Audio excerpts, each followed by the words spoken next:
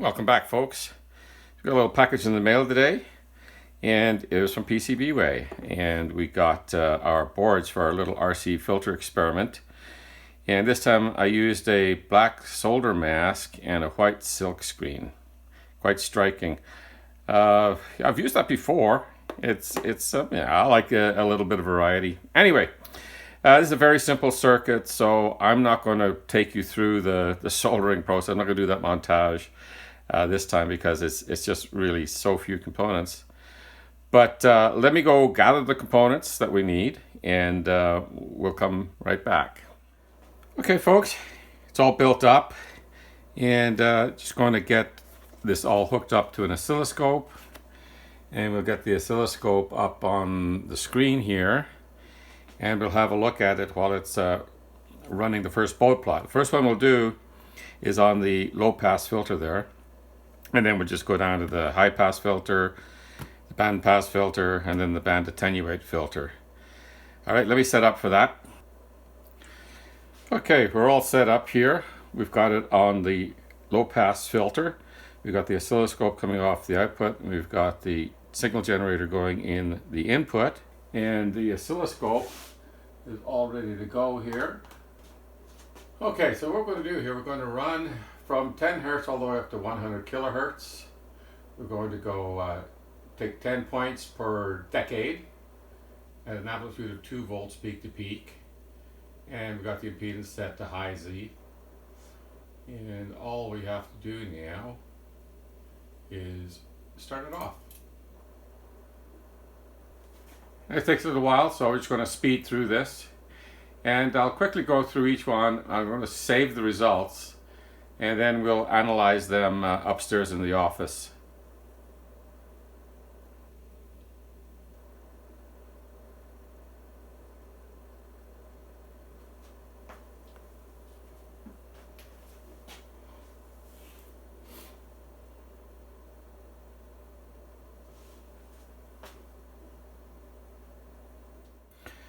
Okay, now we're set up to do the high pass filter, so let's start that running now.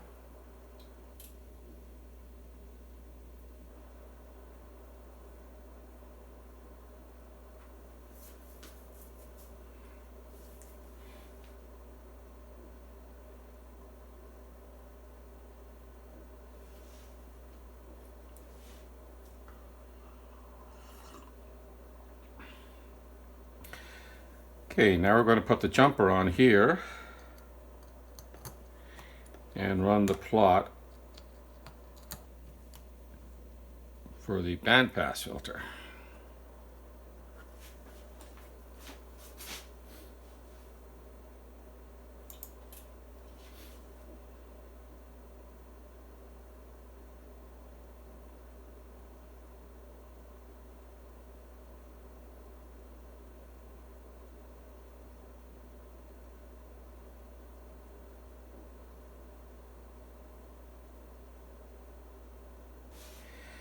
And now we can move it down here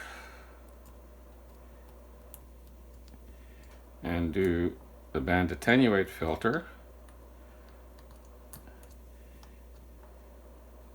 And we're expecting a 20 dB attenuation across the band for this one. Okay, let's get started.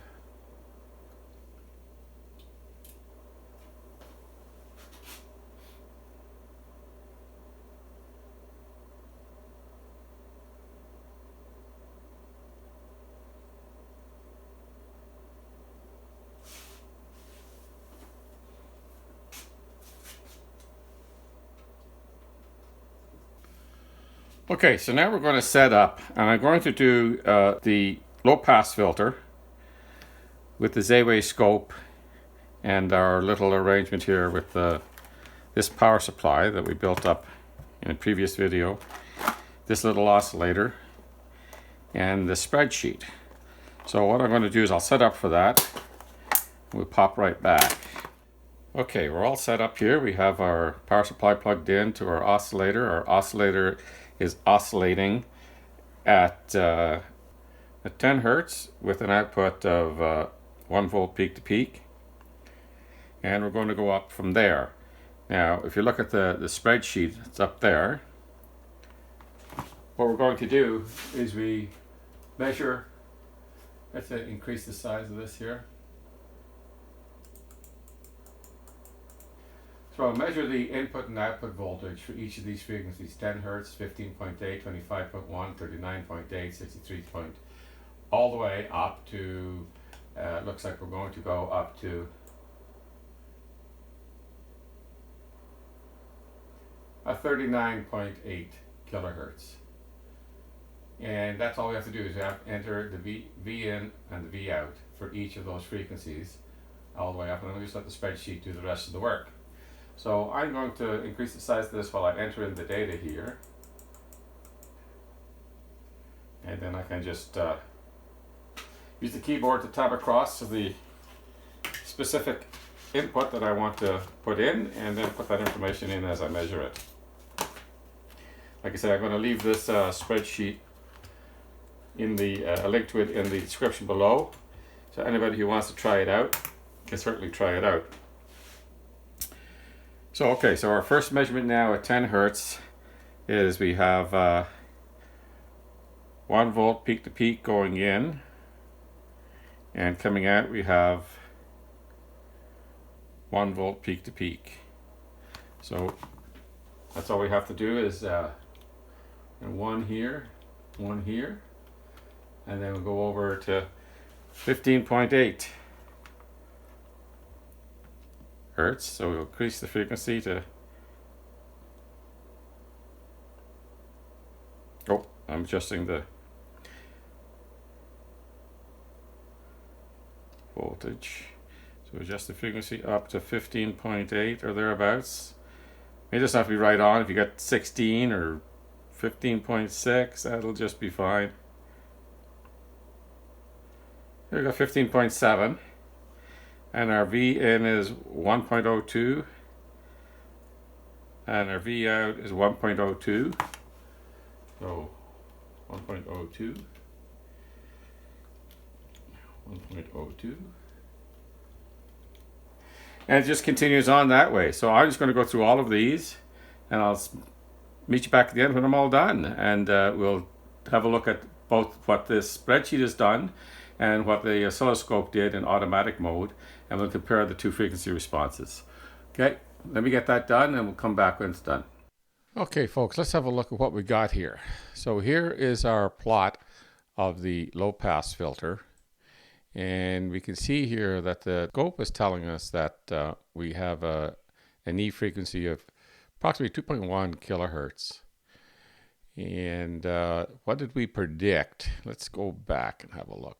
There we go. We predicted about 2.3 kilohertz. So I think that's within the plus or minus 20% tolerance of the capacitors, let alone the 5% of the resistors. So that's pretty good. Okay, so let's take a look at what we got with our $15 signal generator and our $35 oscilloscope. Basically a $50 setup there. You could throw in $12 or $15 for that power supply too if you want.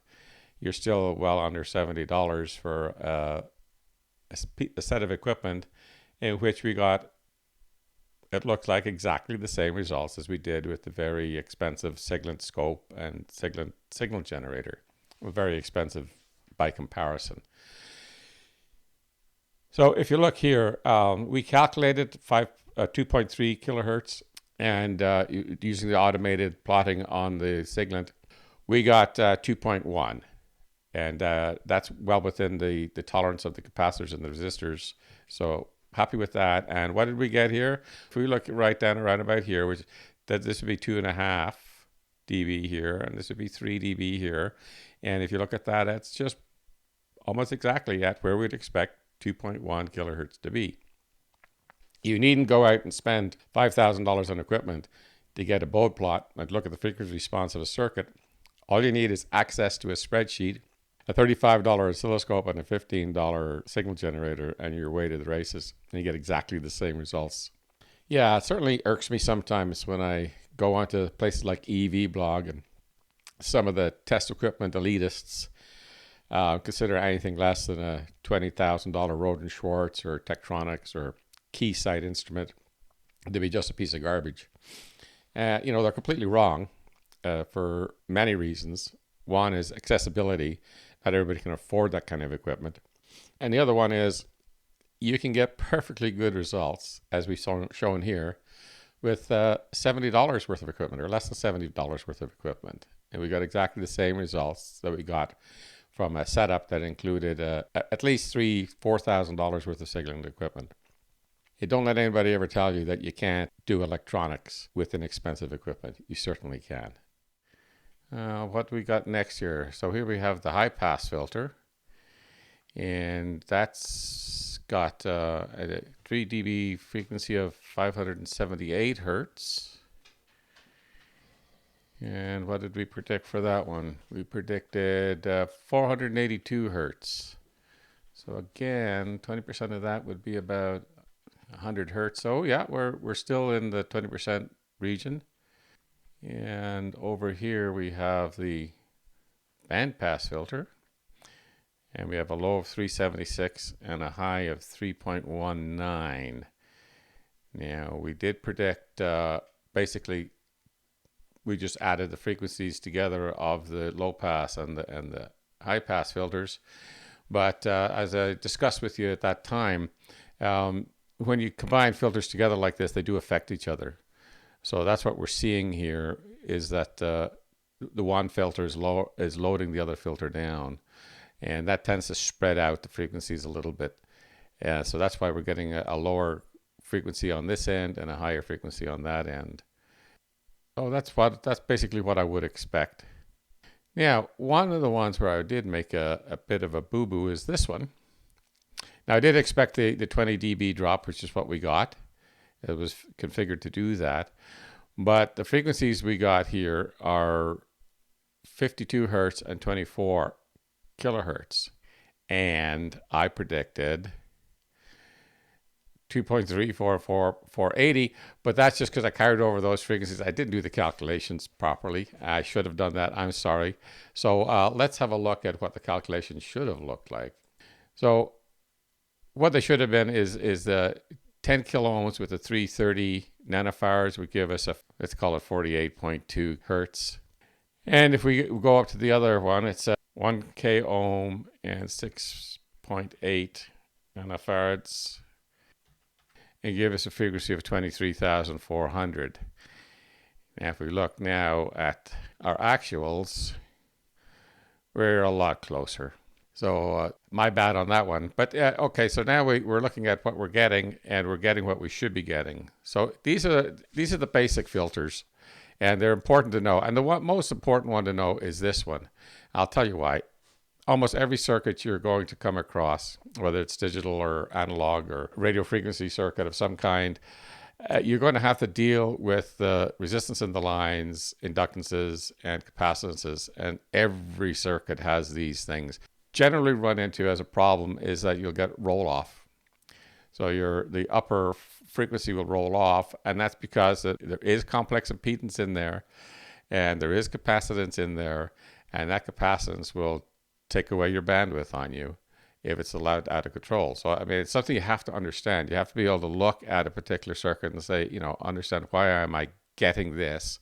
Why am I not getting what I expected? So sometimes you'll look at a square wave, you'll see it's got rounded edges on it. And that's because of basically this, because there's capacitance in the line that's causing the frequencies to roll off. So you're not getting the sharp edges that you should get. So let's go look at an example of what I mean. So here, if you see, I'm feeding a square wave into our little low-pass filter. And I think this is the most typical situation you're going to come across. And see, this is the output of it.